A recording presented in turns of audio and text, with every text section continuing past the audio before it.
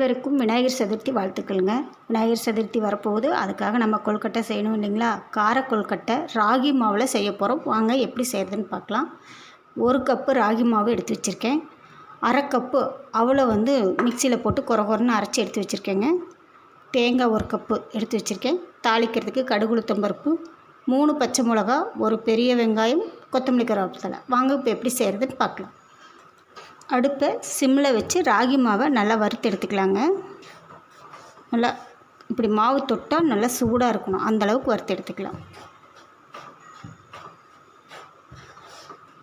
மாவு நல்லா சூடேறிடுச்சுங்க. இதில் நம்ம எடுத்து வச்ச அவல் ஏன் போடுறோன்னா ராகி கொழுக்கட்டை நல்லா சாஃப்டாக வரும், அதுக்காக போடுறோம்.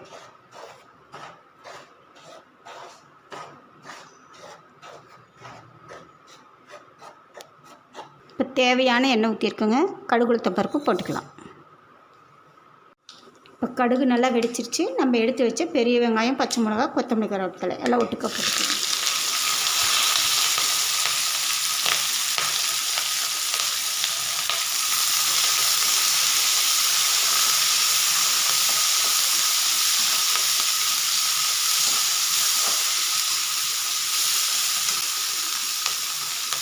தேவையான உப்புங்க.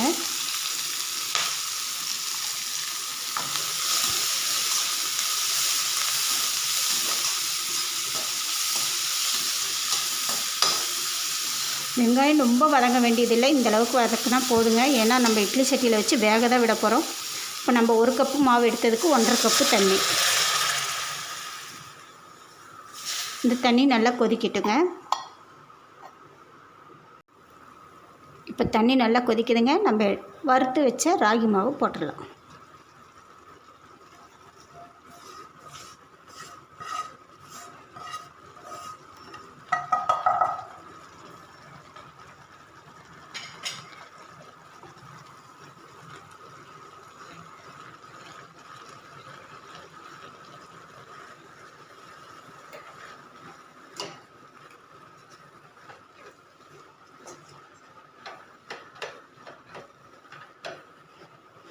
இது அப்படியே 5 நிமிஷம் நல்லா கிளறி விடலாங்க.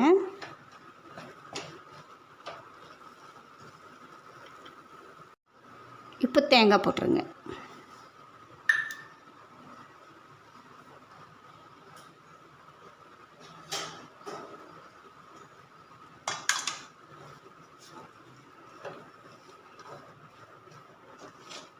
இது அவ்வளோதாங்க. ஸ்டவ் ஆஃப் பண்ணிவிட்டு நல்லா இறக்கி வச்சுட்டு ஆறுனதுக்கப்புறம் நம்ம நல்லா கொழுக்கட்டை பிடிச்சிடலாம்.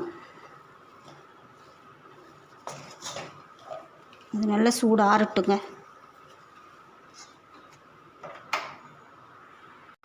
இப்போ சூடு கொஞ்சம் ஆறிடுச்சுங்க.